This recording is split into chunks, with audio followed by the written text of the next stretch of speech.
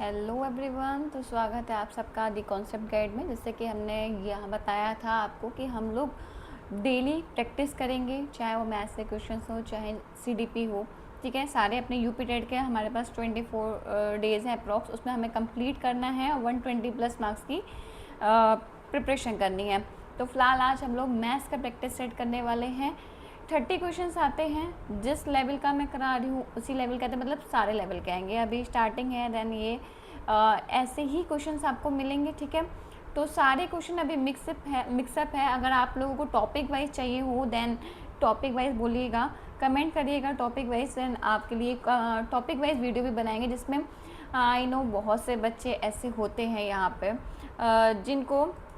जिनको समझ में नहीं आती मैथ्स क्या है, उनके लिए मैथ्स एक डर है, मैथ्स एक हवा है जिसे हम कह सकते हैं कि हाँ ये कैसे होगी। और होते हैं बहुत से बच्चे, सो होता है जिसने जो सब्जेक्ट नहीं पढ़ा है उसके लिए वो चीज़ टफ है।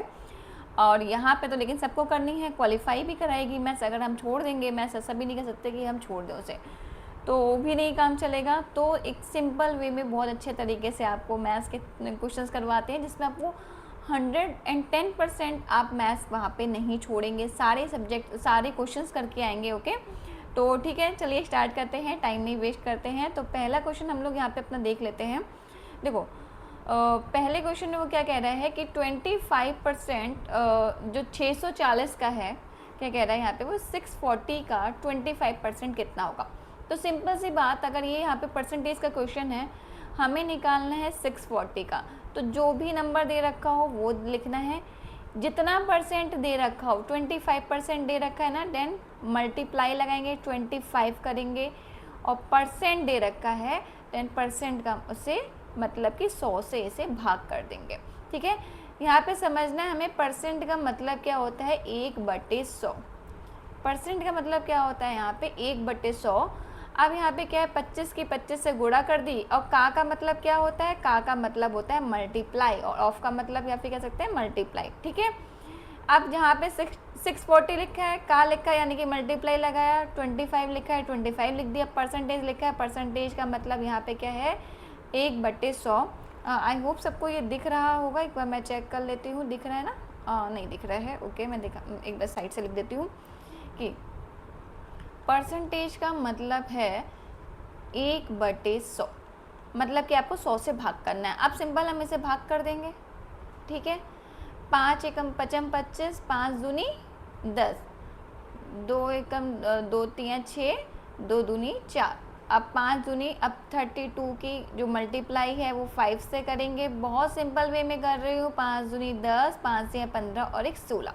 ठीक है, तो हमारा आंसर क्या है, 160 जो है वो आंसर आया है। आई होप जिसने मैथ्स पढ़ी है उसको लगेगा कि ये क्यों इतना सिंपल तरीके से बता रही है, बट जिसने नहीं पढ़ी है उसके लिए है। ठीक है, अब सेकंड क्वेश्चन पे हम लोग मूव करते हैं। 30 क्वेश्चन मैं लेकर आई हूँ, आपके पास पेडागोजी भी इसमें ऐड होगी मैथ्स की। तो हमें निकालना है SCF ऑफ 24 एंड 36 है, यानी कि 24 और 36 का महत्तम समापवर्तक, यानी कि SCF क्या होता है। तो सिंपल हमें क्या करना है, 24 और SCF होता क्या है, 24 और 36 लिखना है। अब हमें इसे कैसे करेंगे, 24 कौन से पहाड़े में आता है, 12 के पहाड़े में आता है, 12 दूनी 24। आई होप ये सबको पता होगा, है ना। और यही किसके पहाड़े में आता है, 12 तिया 36। अब ये महत्तम समावर्तक है, यानी कि इन दोनों में जो कॉमन पार्ट है, कॉमन पार्ट क्या है 12, क्या है कॉमन पार्ट 12। तो बस यही हमारा आंसर है, यानी कि ऑप्शन सी जो होगा वो हमारा इसका आंसर हो जाएगा। ठीक है, अब दूसरा क्वेश्चन देख लेते हैं। जहाँ समझ में नहीं हो वहाँ पे आप बता सकते हैं, कमेंट कर सकते हैं, मैं आप लोगों के कमेंट चेक करूँगी, फिर आपको उसका सोल्यूशन दे दूँगी। ठीक है, उसको और अच्छे तरीके से बता दिया जाएगा। अब लिखा गया है अभी 12 और 18 का LCM क्या होगा। अब अभी तक हमने देखो SCF निकाला था। SCF ध्यान देना, SCF और LCM में डिफरेंस, इसलिए दोनों क्वेश्चन मैंने साथ में लिए हैं। LCM जो दोनों में कॉमन पार्ट है, दोनों में कॉमन क्या है, यहाँ पे भी 12 है, यहाँ पे भी 12, 3 और 2 इसमें कोई कॉमन नहीं है, इसलिए इसमें हमने कॉमन पार्ट लिया है। ठीक है, अब LCM की बात हो रही है। LCM देखो किस किस का LCM हमें यहाँ पे लेना है, 12 का और 18 का। फिर से हम ये दोनों अगर देखें, देखो अब 12 और 18 का एलसीएम लेना है। मतलब कि एलसीएम का मतलब क्या होता है कि इन दोनों, एक कॉमन नंबर जो इन दोनों के पहाड़े में आता है, 12 के भी पहाड़े में आए और 18 के भी पहाड़े में आए।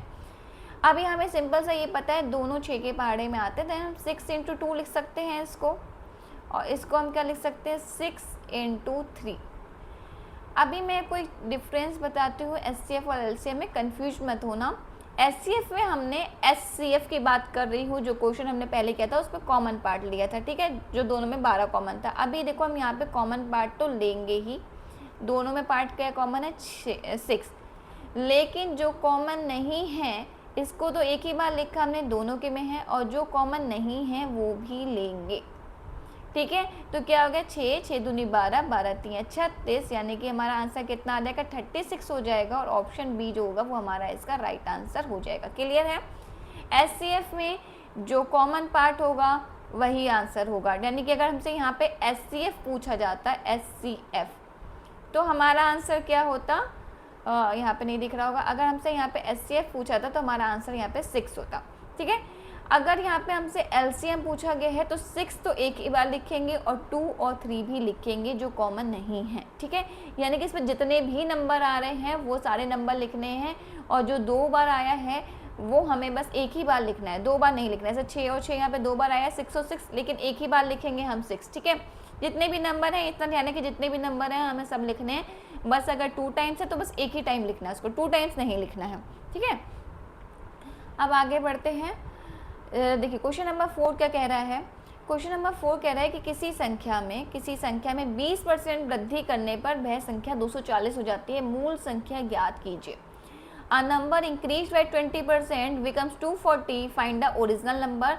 यानी कि कोई भी एक नंबर है, ठीक है, मैंने मान लिया वो एक नंबर x है, इस नंबर में अगर हम 20% की वृद्धि करते हैं तो वो 240 हो जाता है। परसेंटेज की बात करें तो एक चीज़ ध्यान रखनी है कि आपको कि परसेंटेज जो भी चीज़ है वो अपने आप में 100% है। आप अपने आप में 100%, मैं अपने आप में 100%, ये जो भी कुछ भी है वो दुनिया में वो अपने आप में 100% है। अगर हम उसे दूसरों से कंपेयर कर रहे हैं, वृद्धि हो रही है, 20% वृद्धि हो रही है तो हम उसे इंक्रीज़ करेंगे, और कमी हो रही होती है तो हम उसे डिक्रीज़ कर देते, कम कर देते, लेकिन इसे x जो है वो अपने आप में 100% है, ठीक है। अब बोला किसी संख्या में 20% की वृद्धि करने पर x में 20% की वृद्धि करेंगे, 20% की वृद्धि करेंगे, यानी कि ये अपने आप में 100 तो है ही है, 20 और इसको बढ़ा दिया तो यानी कितना हो जाएगा, 100 में 20 ऐड कर देंगे तो कितना हो जाएगा 120 हो जाएगा। 120 की वृद्धि की है और परसेंटेज का लगाया है सिंबल, यानी कि परसेंटेज मैंने बताया था 100 से भाग करना है, डिवाइड करना है 100 से, ठीक है। तो अब ये क्या हो जाती है, ये संख्या 240 जाती है, तो ये किसके बराबर हो जाएगी, ये संख्या 240 के बराबर हो जाएगी। तो मूल संख्या यानी कि x की वैल्यू जो है वो मुझे फाइंड आउट करनी है। निकाल लेंगे हम, 0 से 0 कट गया, 12 से ये कट गया, 12 दूनी 24, और x की वैल्यू कितनी आ जाएगी यहाँ पे 200। ये 10 की गुणा यहाँ पे हो जाएगी, यहाँ पे लिख देती हूँ मैं, 20 में जाके 10 की गुणा हो जाएगी, तो ये कितना हो जाएगा 200, x की वैल्यू 200 आ गई, यानी कि ऑप्शन हमारा क्या हो जाएगा, ऑप्शन बी जो होगा वो हमारा इसका राइट आंसर हो जाएगा। क्लियर। इसके बाद हम आते हैं क्वेश्चन नंबर 5 पे। तो क्वेश्चन नंबर 5 का कह रहा है कि 45 और 60 का अनुपात क्या होगा, the ratio of 45 to 60। Simple है, वेरी सिंपल, 45 से 60 का रेशियो पूछा है, अनुपात पूछा है। अनुपात का मतलब हम इसको इसके नीचे लिखेंगे, ठीक है।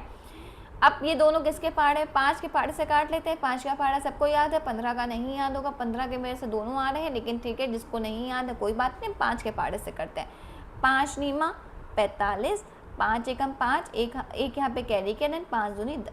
अब ये फिर से कर सकते हैं किससे, 3 के पहाड़, 3 तिया 9, 3 चौक 12। तो कितना बचा, ऊपर कितना बचा हमारे पास 3 बचा, और नीचे कितना बचा 4 बचा, और यही हमारा इसका आंसर हो जाएगा, यानी कि ऑप्शन ए जो है वो हमारा इसका राइट आंसर हो जाएगा। क्लियर है। अब क्वेश्चन नंबर 6 पे जा रहे हैं हम लोग। क्वेश्चन नंबर 6 कह रहा है कि एक दुकानदार 500 रुपये में वस्तु बेचकर 25% का लाभ कमाता है, क्रय मूल्य ज्ञात कीजिए। यानी कि shopkeeper gains 25% by selling an article for 500 rupees, find the cost price. मतलब कि बात को समझो, मैं किसी दुकान पे गई, मैंने कोई चीज़ 500 रुपये में खरीद ली, यानी कि एक टॉप लिया मैंने 500 रुपये का, एक टी शर्ट ले ली 500 रुपये की, तो उस दुकानदार को 25% का लाभ हुआ। देखो 2 तरीके के मूल्य होते हैं, CP हो गया और SP हो गया। CP यानी कि कॉस्ट प्राइस, इसे हम क्या कहेंगे, कॉस्ट प्राइस कहेंगे। इसे हम लोग क्या कहेंगे, सेलिंग प्राइस कहते हैं। क्या कहते हैं इसे हम लोग, सेलिंग प्राइस। कॉस्ट प्राइस क्या हुआ, कॉस्ट प्राइस यानी कि अगर मैं हिंदी में बोल रही हूँ इसे, तो हम इसे क्रय मूल्य कहते हैं। हिंदी में क्या बोले, इसे क्रय मूल्य, ठीक है। और इंग्लिश में, हिंदी में सेलिंग प्राइस को क्या कहते हैं, विक्रय मूल्य, जिसमें हमने इसे बेचा है, ठीक है, जिसमें हमने इसे बेचा है। ये बात क्लियर है यहाँ पे, क्रय मूल्य विक्रय मूल्य। क्या कह रहे हैं, दुकानदार 500 रुपये में वस्तु बेचता है, बेचा यानी कि सेल किया, यानी कि ये कौन सा रुपए हुए, ये सेलिंग प्राइस हुए। क्या हुआ, ये सेलिंग प्राइस हुआ, यानी कि सेलिंग प्राइस हमने कितना दे रखा है, 500 रुपये, ठीक है। 25% का लाभ कमाता है, क्रय मूल्य ज्ञात कीजिए। यानी कि अगर कोई चीज़, वो कोई वस्तु जो मान लो X रुपए की लेकर आया, एक चीज़, एक मिनट देख लूँ, चेक कर लूँ कि दिख रहा है कि नहीं, नहीं दिख रहा है ना, ओके वेट,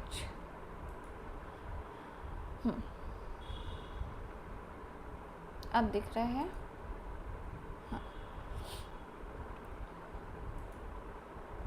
यानी कि क्या हुआ, कोई वस्तु अगर वो X रुपए में खरीदता है, उस पे 25% का लाभ कमाता है, यानी कि 25% का लाभ, यानी कि 25% की वृद्धि हो रही है, तब वो जाके उसे 500 रुपये में बेचता है। तब कितना हो गया, इसको 25 से, इसे 25 के पार से काट सकते हैं, 25 पंजे 125, 25 100 का 100, और ये यहाँ पे क्या हो जाएगा, इससे 100 हो जाएगा, यानी कि x की वैल्यू कितनी हो जाएगी, 400 हो जाएगी। कितनी हो जाएगी, 400 हो जाएगी। ऑप्शन बी जो होगा वो हमारा इसका राइट आंसर हो जाएगा, ठीक है। ऑप्शन बी हमारा इसका राइट आंसर हो जाएगा। अब हम लोग आगे बढ़ते हैं अगले क्वेश्चन पे। देखो यहाँ पे क्या कह रहा है हमारे पास, क्वेश्चन नंबर 7 क्या कहता है, क्वेश्चन नंबर 7 कह रहा है कि 1,000 रुपये पे 10% वार्षिक दर से 2 वर्ष का साधारण ब्याज कितना होगा। यानी कि सिंपल इंटरेस्ट पूछा गया है 1,000 रुपये पे 10% पर एनम पर, ठीक है। अगर सिंपल इंटरेस्ट पूछा गया है ना 1,000 रुपये का, 1,000 रुपये पे 1 वर्ष में 10% जो है हमें ब्याज मिल रहा है, सिंपल की बात, साधारण ब्याज की बात हो रही है। यानी कि अगले साल भी हमें 1,000 रुपये पे 100 रुपये 10% ही मिलेगा। अब 1,000 रुपये का 10% कैसे निकालना है, अभी हमने सीखा है। 1,000 इंटू 10 और बट्टे कितना, 100 कर देंगे, ये कैंसिल कर देंगे तो कितना बचेगा, 100 रुपये, ठीक है। यानी कि पहले साल में उसको, पहले वर्ष में उसको 100 रुपये प्राप्त हुए ब्याज के, और दूसरे में कितने प्राप्त होंगे, वही हमने सेम 100 रुपये ही तो प्राप्त होंगे, 100 रुपये ही तो प्राप्त होंगे। 1,000 रुपये का 10%, तो टोटल कितना, पहले साल में से 100 रुपये मिले, दूसरे साल में भी उसे 100 रुपये मिल गए, तो टोटल कितना हो गया, 200 रुपये, 200 रुपये हो गए। तो क्या हो जाएगा आंसर हमारा, ऑप्शन सी जो होगा वो हमारा इसका राइट आंसर हो जाएगा, ठीक है, क्लियर है। आगे बढ़ते हैं दूसरे क्वेश्चन पे। क्वेश्चन नंबर 8 देखो यहाँ पे क्या कह रहा है, क्वेश्चन नंबर 8 कह रहा है द एवरेज ऑफ, अब एवरेज की बात हो रही है, यानी कि औसत की बात हो रही है। औसत पे क्या करना है, जितनी भी डिजिट्स ये जो दे रखी हैं इसको सिंपल ऐड कर दो, 10 20, औसत निकालने की बात हो रही है। औसत जितने भी नंबर्स दे रखे हो उन सबको ऐड कर दो, प्लस कर दो, और कितने नंबर दे रखेंगे, 1 2 3 4 5, ठीक है, कितने हैं, 5, ये 5 है ना, तो हम इसे 5 से क्या कर देंगे, डिवाइड कर देंगे, यानी कि भाग कर देंगे। अब इन सबको जोड़ो, 10 20 30, 30 और 30 60, 60 और 40 100, 100 50 150, कितना हुआ, 150 बटे 5, तो कितना हो जाएगा, 5 तियाँ 15 और 0 का 0, तो कितना हो जाएगा, ऑप्शन बी जो होगा वो हमारा इसका राइट आंसर हो जाएगा, ठीक है। ऑप्शन बी हमारा इसका राइट आंसर हो जाएगा। अब क्या कह रहा है कि एक ट्रेन जो है वो 3 घंटे में 180 किलोमीटर चलती है, उसकी गति ज्ञात कीजिए। अब एक सिंपल सा फॉर्मूला याद कर लेना कि चाल बराबर दूरी बटे समय, ठीक है। चाल बराबर दूरी बटे समय, या इंग्लिश में कहूँ तो speed is equal to distance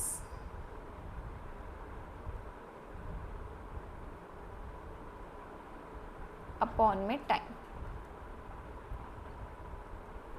ठीक है। Speed is equal to distance upon में टाइम। तो यहाँ पे देखो हमसे क्या पूछी गई, गति पूछी गई है, यानी कि स्पीड पूछी गई है, गति को ही चाल कहते हैं, यानी कि चाल पूछी गई है। तो क्या फॉर्मूला लगाया हमने, ऊपर कितना लिखना है, दूरी लिखना है। दूरी कितनी की चलती है, वो 160 किलोमीटर, 180 किलोमीटर। 180 लिखा हमने। टाइम कितना दे रखा है, 3 घंटे में, यानी कि 3 से 3 हमने क्या कर दिया, नीचे लिख दिया। 3 क्या करा हमने, नीचे लिख दिया। दिख नहीं रहा है यहाँ पे, इरेज कर देती हूँ मैं इसको, 1 मिनट।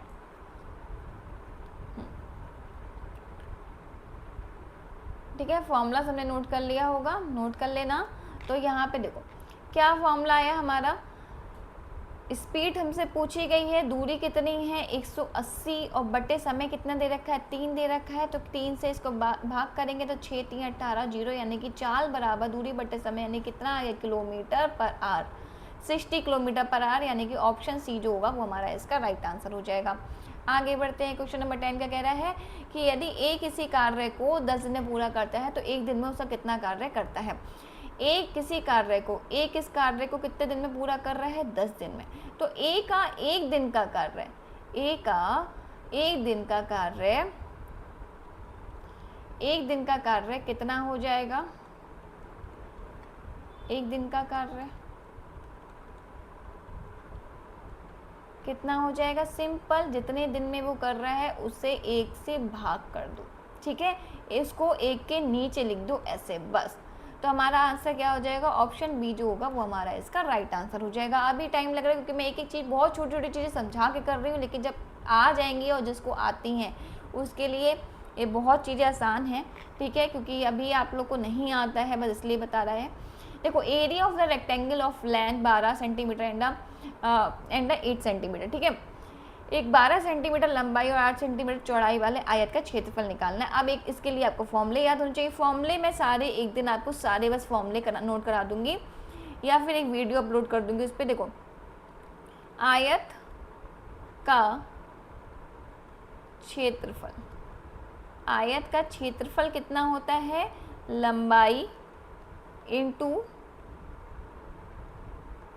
चौड़ाई, लंबाई इंटू चौड़ाई। तो लंबाई कितनी दे रखी है, 12 सेंटीमीटर, चौड़ाई कितनी दे रखी है, 8 सेंटीमीटर। तो 12 अट्ठे 96, तो यानी कि ऑप्शन सी जो होगा वो हमारा इसका आंसर हो जाएगा। छोटे छोटे क्वेश्चन है, फॉर्मूले से ही हो जाते हैं, फॉर्मूले पता होने चाहिए। ठीक है, यहाँ पे क्या कह रहा है, 15 सेंटीमीटर भुजा वाले वर्ग का परिमाप क्या होगा। वर्ग क्या होता है ये, ठीक है, एक स्क्वायर जिसकी चारों भुजाएं क्या होती हैं, समान होती हैं। आयत में क्या डिफरेंस है, आयत की भुजा ये, इससे ये लंबाई है, ये चौड़ाई है, तो आयत ये होता है ना, सबको पता होगा रेक्टेंगल आयत। और ये क्या हुआ हमारा स्क्वायर हुआ वर्ग का। वर्ग की चारों भुजाएं समान होती हैं, आयत की आमने सामने वाली भुजाएं समान होती हैं। 15 सेंटीमीटर भुजा वाले वर्ग का परिमाप पूछा, यानी कि 15 ये है, 15 ये है, 15 ये है। परिमाप का मतलब समझ रहे हैं, परिमाप मतलब कि ये चारों, अगर कोई हम ये इन चारों की लंबाइयों को जितनी भी वो हो इन सबको ऐड करना है। तो यानी कि 15 प्लस का 15, 4 भुजाएं हैं तो 15 को हमें कितनी बार ऐड करना है, 4 बार ऐड करना है। तो कितना हो जाएगा, 60 हो जाएगा, यानी कि ऑप्शन सी जो होगा वो हमारा इसका राइट आंसर हो जाएगा। ठीक है, क्लियर है। क्वेश्चन नंबर 13 देखते हैं कि 10 सेंटीमीटर आधार और 8 सेंटीमीटर ऊंचाई वाले त्रिभुज का क्षेत्रफल क्या होगा। देखो, त्रिभुज है ये, ठीक है, त्रिभुज है ये, इसका आधार कितना है 10 सेंटीमीटर और ऊंचाई कितनी दे रखी है इसकी 8 सेंटीमीटर। इसके क्षेत्रफल का फॉर्मूला क्या होता है, हाफ 1/2 इंटू आधार इंटू ऊंचाई। ठीक है, ये इसका फॉर्मूला होता है। तो 1/2 आधार कितना है 10, ऊंचाई कितनी है 8, तो कितना हो जाएगा 2 चौका 8, यानी कि 40, यानी कि ऑप्शन सी जो होगा वो हमारा इसका राइट आंसर हो जाएगा। कितना हो जाएगा, ऑप्शन सी हमारा इसका राइट आंसर हो जाएगा। सबको चीज़ें क्लियर दिख रही हैं। देखो, अब क्या कह रहा है, पंचभुज के आंतरिक कोणों का योगफल कितना होता है। देखो, किसी भी अगर हमें कोई भी आकृति दे रखी है उसके आंतरिक कोणों का योग का फॉर्मूला कितना होता है, n - 2 इंटू 180 इंटू कितना होता है 180। अब यहाँ पे पंचभुज है, यानी कितनी भुजाएं हैं, 5 भुजाएं हैं, यानी कि n की वैल्यू कितनी हो गई, 5 हो गई। तो हम यहाँ पे कितना लिखेंगे, 5 - 2 इंटू 180 तो यहाँ पे कितना हो जाएगा, 5 में से 2 गया 3 इंटू 180, 3 इंटू 180 यानी कितना हो गया 540 आंसर हो जाएगा, 540 डिग्री। तो ये आंसर क्या हो जाएगा, ऑप्शन बी जो होगा वो हमारा इसका राइट आंसर हो जाएगा। ठीक है, क्वेश्चन नंबर 15 पे बढ़ते हैं। क्या कह रहे हैं, 7 सेंटीमीटर भुजा वाले वृत्त का क्षेत्रफल। तो देखो वृत्त का क्षेत्रफल का फॉर्मूला क्या होता है, वृत्त का क्षेत्रफल का फॉर्मूला क्या होता है, पाई आर स्क्वायर। अब यहाँ पे पाई की वैल्यू जिसको नहीं पता है वो नोट कर ले, पाई की वैल्यू होती है 22/7। ठीक है, तो पाई की वैल्यू लगा देंगे। आर सेंटीमीटर त्रिज्या, यहाँ पे आर क्या है, आर त्रिज्या है, आर त्रिज्या है और त्रिज्या कितनी दे रखी है 7 सेंटीमीटर। ठीक है, तो पाई की वैल्यू कितनी है 22/7, स्क्वायर लगा हुआ है यानी कि 2 टाइम लिखेंगे 7 को, 7 से 7 कैंसिल, तो 22 की 7 से गुणा कर देंगे, 7 दूनी 14, 1 कैरी किया, 7 दूनी 14 और 1 15। तो कितना हो जाएगा, ऑप्शन बी जो होगा वो हमारा इसका राइट आंसर हो जाएगा। ठीक है, फिर है क्वेश्चन नंबर 16 पे कह रहा है एक पासा फेंका जाता है तो 4 आने की प्रायिकता क्या होती है। जब हम एक पासा फेंकते हैं तो 4 आने की प्रायिकता, तो देखो एक पासे में 6 संख्याएं आ सकती हैं, ये प्रायिकता है। जब प्रायिकता हम एकदम टॉपिक से पढ़ेंगे तब इसको बहुत अच्छे से पढ़ पाएंगे। ठीक है, तो एक 4 आने की, 4 देखो एक पासा जब फेंकते हैं तो 1 2 3 4 5 और 6 ये संख्या नंबर आती हैं। ठीक है, तो टोटल कितने हैं, नीचे जितने नीचे यहाँ पे कितने लिखेंगे, टोटल 6 संख्याएं आ सकती हैं तो नीचे लिखेंगे। ऊपर हमसे क्या पूछा गया, 4 यानी कि एक ही संख्या है तो ऊपर 1 लिख देंगे। तो हमारा आंसर कितना हो जाएगा 1/6 यानी कि ऑप्शन सी जो होगा वो हमारा इसका राइट आंसर हो जाएगा। सिमिलर हम क्वेश्चन नंबर 17 देखते क्या कह रहा है कि 0.75 को भिन्न में व्यक्त करना है, convert this into a fraction. ठीक है, तो 0.75 अब देखो भिन्न में यानी कि बटे में होना चाहिए, ऐसे होना चाहिए। तो इसको अगर हम 0 हटाते हैं तो 1 तो लगता ही है, और पॉइंट के आगे जब ये पॉइंट हटाते हैं तो इस पॉइंट के आगे जितने भी नंबर्स हो उतने 0 लग जाते हैं। पॉइंट के कितने नंबर है, 7 और 5 2 नंबर्स है, तो 2 0 हमने यहाँ पे लगा दिए। अब हम इसे डिवाइड करेंगे तो 25 या 75, 25 चौका 100, तो आंसर हमारा क्या आ जाएगा, ऑप्शन सी जो होगा वो हमारा इसका राइट आंसर हो जाएगा। क्वेश्चन नंबर 18 पे बढ़ते हैं। क्वेश्चन नंबर 18 क्या कह रहा है कि 2/3 + 1/6 की हमें वैल्यू निकालनी है, यानी कि 2/3 प्लस का 1/6 ऐसे निकालना है हमको, है ना। अगर अब इसमें तुम्हें एलसीएम लेना है, क्या लेना है, एलसीएम लेना है। एलसीएम क्या होगा, जो इन दोनों में से बड़ी संख्या होगी वो हम एलसीएम लेंगे, तो 6 है। हमने इन दोनों में से बड़ी संख्या कितनी है, 6 है, 6 ले लिया। 3 से जब मैं 6 को देखूँ तो 3 दूनी 6 होता है, 2 टाइम्स 4 है ना, और 2 की इससे गुणा कर दो तो 2 दूनी 4 और प्लस तो 6 एकम 6 और 1 की 1 से गुणा करोगे तो 1, तो कितना हो जाएगा 5/6। आंसर क्या हो जाएगा, ऑप्शन बी। और सिंपल तरीका एक दूसरा तरीके से ही बता देते हैं, ये हो गया हमारा एलसीएम लेके। अगर आपको एलसीएम लेना नहीं आ रहा है तो बेस में दोनों नंबर जो है वो सेम कर लो।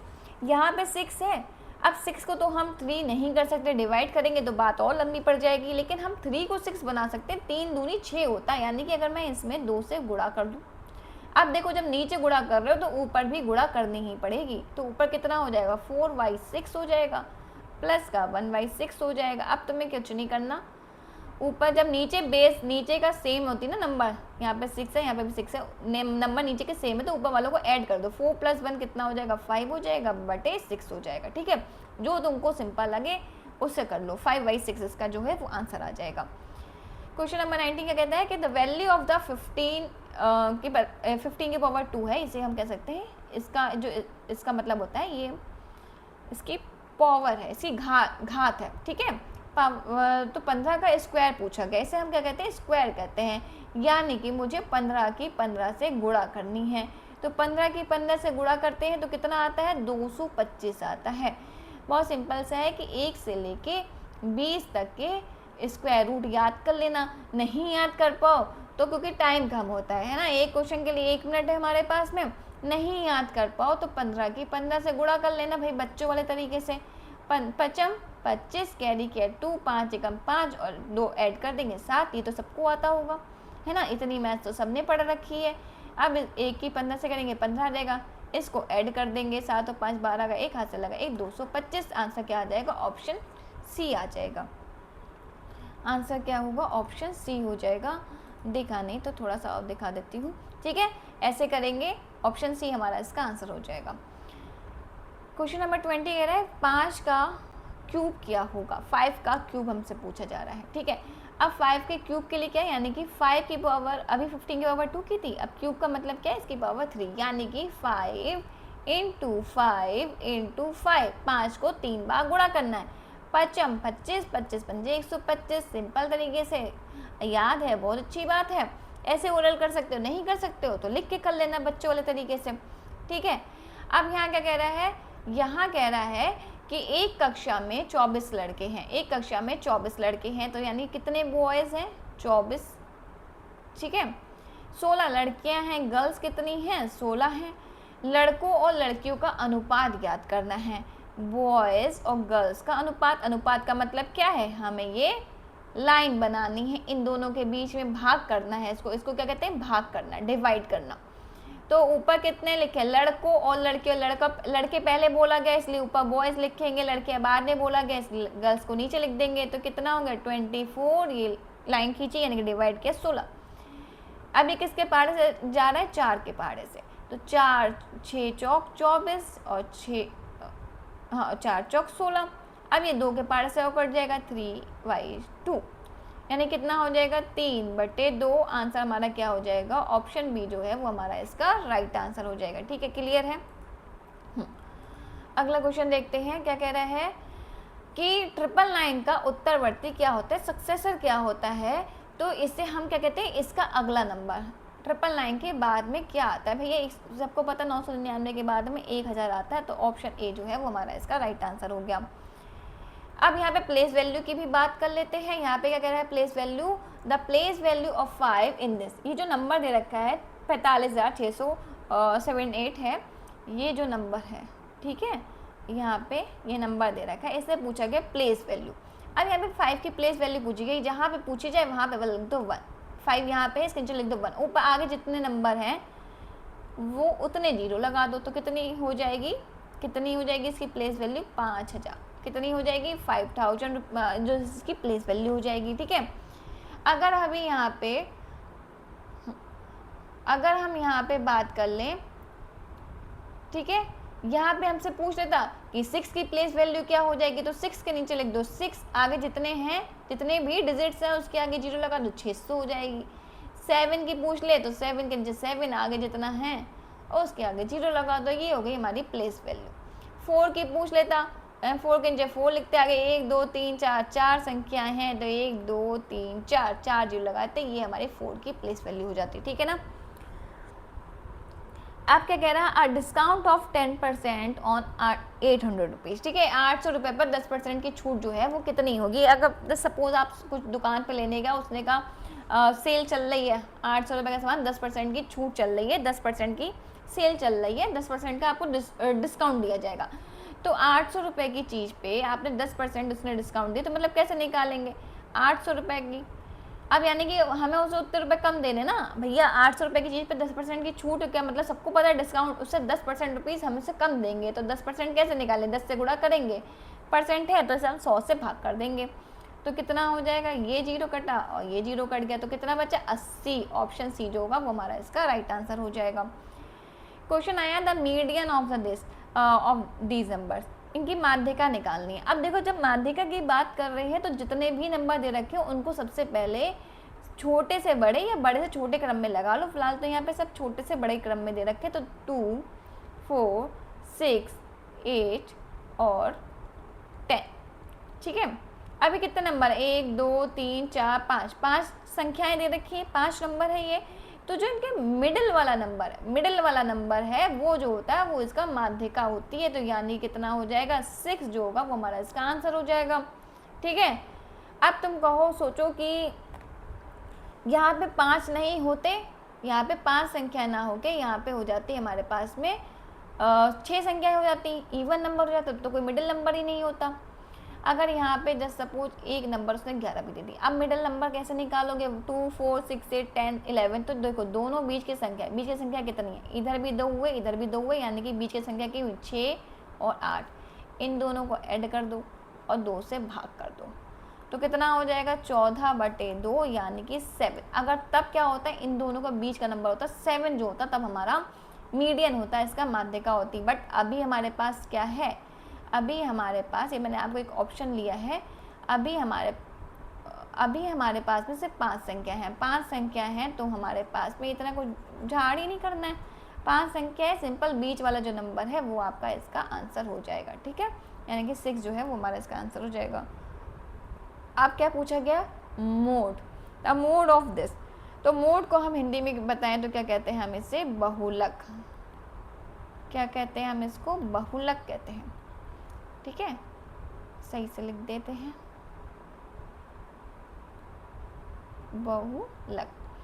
बहुलक क्या होता है? इन संख्याओं में जो सबसे ज़्यादा बार रिपीट हो रहा हो, जो सबसे ज़्यादा बार आया हो। तो नंबर कितने दे रखे हैं? 2 3 3 4 5 5 और 5 और 6।